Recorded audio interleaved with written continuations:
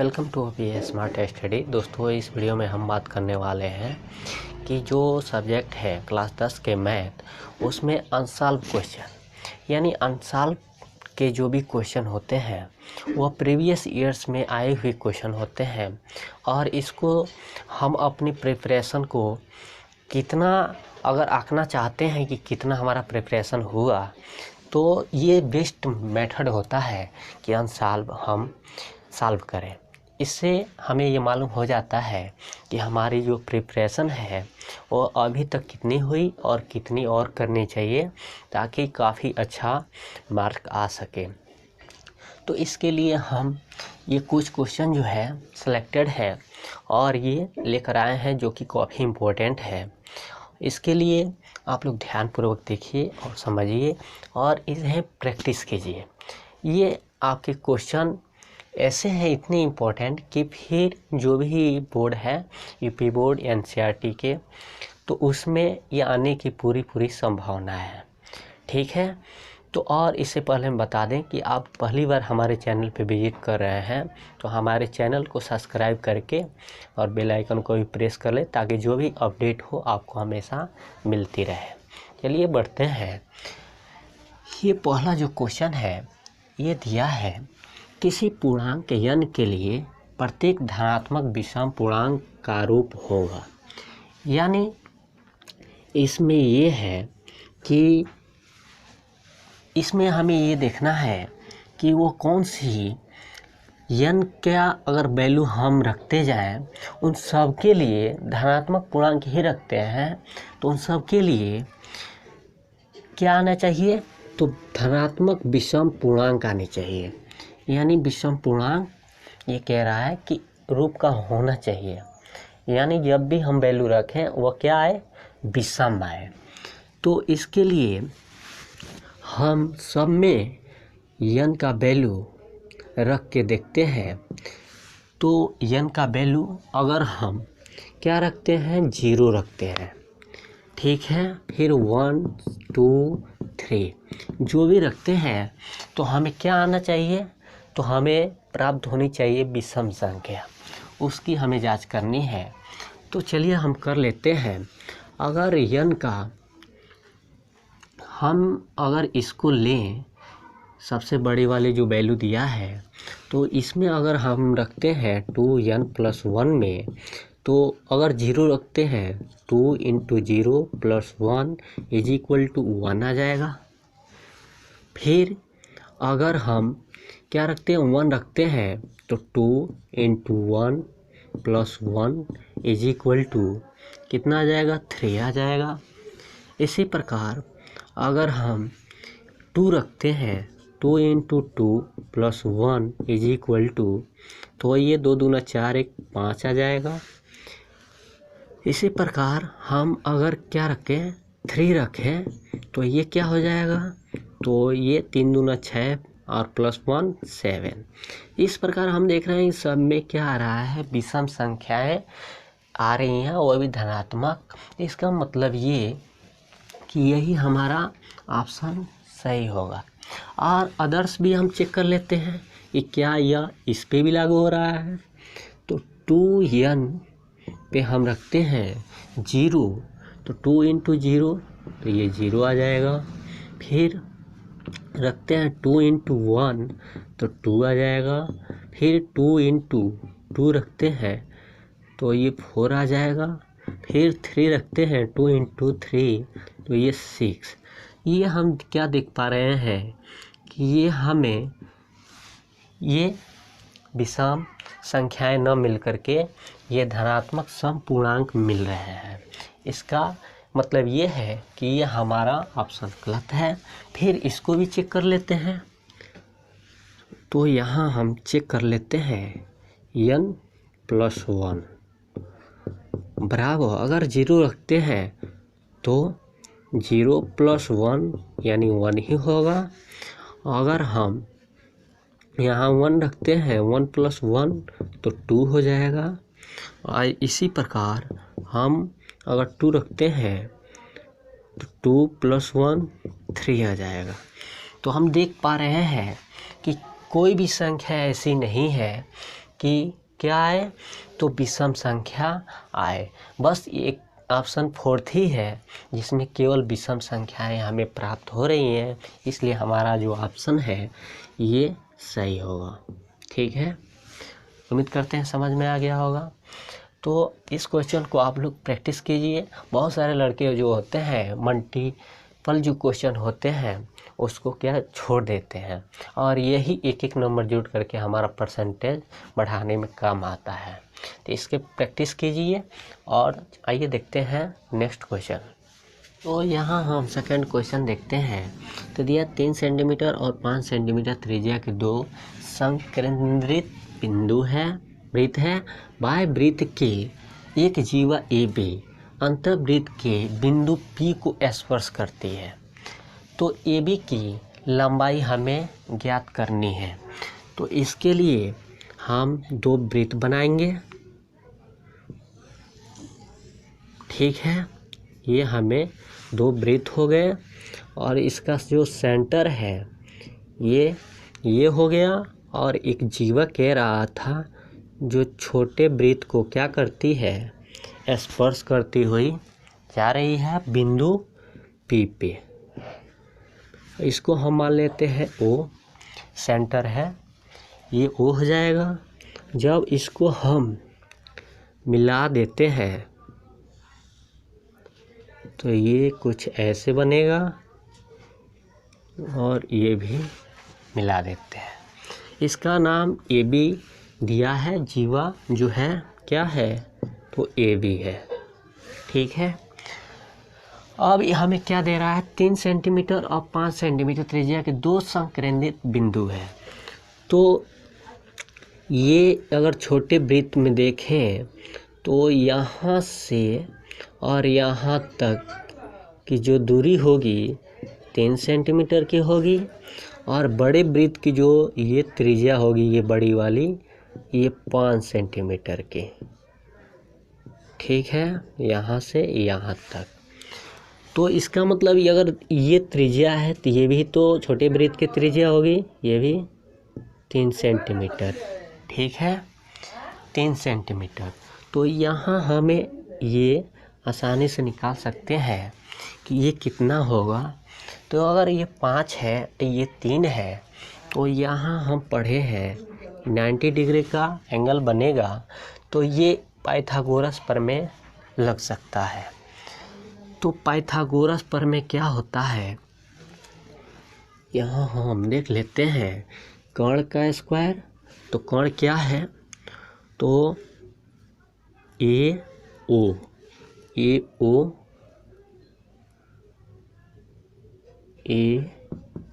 का स्क्वायर बराबर होता है क्या, लंब का स्क्वायर प्लस आधार का स्क्वायर। तो लंब कितना है, OP का स्क्वायर प्लस आधार AP का स्क्वायर।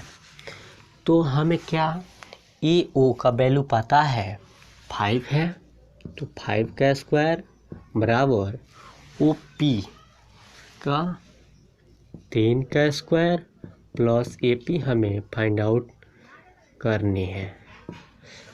तो ये हो जाएगा, अगर हम इसको इधर लाएं तो 50 25 माइनस 9 बराबर AP का स्क्वायर।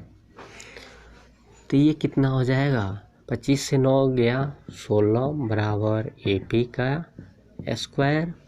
और जब AP हम निकालेंगे तो AP स्क्वायर हटाएंगे तो अंडर रूट में हो जाएगा 60, और इसका वर्गमूल निकालेंगे तो ये 4 आएगा, 4 सेंटीमीटर। तो ये निकल गया कितना, 4 सेंटीमीटर। ठीक है, और यही हमें पूछा था कि AP की लंबाई कितनी होगी।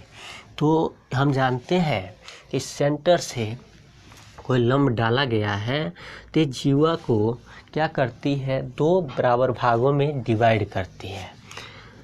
तो कितना हो जाएगा, तब AB बराबर 2 गुना है, यानी 4 ये भी होगा, तो 4 सेंटीमीटर ये भी होगा, तो 4 + 4 यानी 8 सेंटीमीटर। ये हमारा आंसर हो जाएगा। तो उम्मीद करते हैं ये समझ में आ गया होगा। ठीक है, इसी टाइप के क्वेश्चन आपके एग्जाम में बनते रहते हैं। तो चलिए देखते हैं नेक्स्ट क्वेश्चन 3। ये हमारा जो है नेक्स्ट क्वेश्चन है 3। ये दिया है 2 tan 30 डिग्री अपान 1 + tan स्क्वायर 30 डिग्री का मान होगा, और ऑप्शन ये आपको दिया हुआ है। तो इसके लिए हमें एक टेबल हमने समझाया है कि sin 0 अंश, tan 0 अंश यानी 90 तक इन 6 जो त्रिकोणमितीय अनुपात होते हैं इनका वैल्यू क्या क्या होता है उसको बहुत ही बेहतरीन ढंग से समझाया है। उसको एक बार अवश्य देखिए। तो अगर आपको याद है तो बहुत ही आसानी से हम इसको सॉल्व कर सकते हैं। ठीक है, जैसे 2 tan 30 अंश का जो वैल्यू होता है 1/√3 होता है, और 1 + 1/√3 का होल स्क्वायर हो जाएगा ये। अब इसको हम सॉल्व करें तो ये हो जाएगा 2/√3 अपान 1 + 1 का स्क्वायर 1 ही हो जाएगा। √3 का स्क्वायर जब करेंगे तो अंडर हट जाएगा, 3 बन जाएगा। अब इसको हम सॉल्व करें तो 2/√3 और ये हो जाएगा, एलसीएम लेंगे तो 3 × 1 = 4/3 हो जाएगा। अब ये जाएगा ऊपर तो ये हो जाएगा 2/√3 × 3/4। ठीक है, अब इसको हमें अंडर जो नीचे दिया है 3 इसको हटाना है। तो हम क्या करते हैं, अंश और हर में √3 का मल्टीप्लाई कर देते हैं। तो क्या हो जाएगा, अगर ये हम मल्टीप्लाई करते हैं तो ये हो जाएगा कितना, तो ये 2 से इसको हम काट भी दें तो ये हो जाएगा ऊपर 3 × √3 अपान में अगर देखते हैं √3 2 और √3 है, √3 2 बार है तो 2 × क्या हो जाएगा 3 हो जाएगा।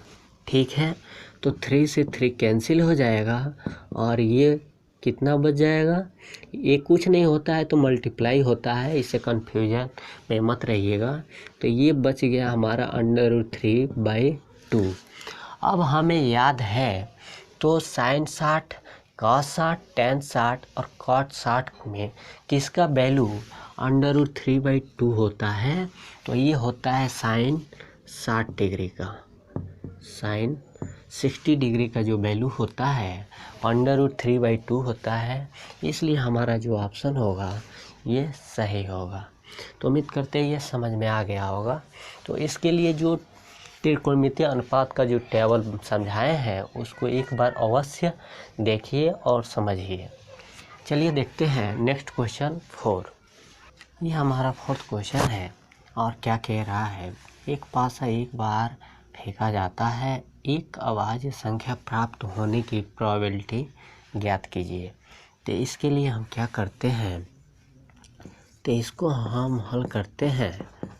तो हम जानते हैं कि जो पासा होता है उसके कितने फर्श यानी तल होते हैं, तो 6 होते हैं। तो उसमें से 1 2 3 4 5 6 यानी 1 होता है, 2 होता है, 3 4 5 और 6 6 तल होते हैं यानी फेसेस होते हैं। और इनमें से अभाज्य संख्या 1 2 3। तो प्रोबेबिलिटी इसी की पूछ रहा है, तो होता है प्रायिकता बराबर क्या होता है, ये होता है घटना की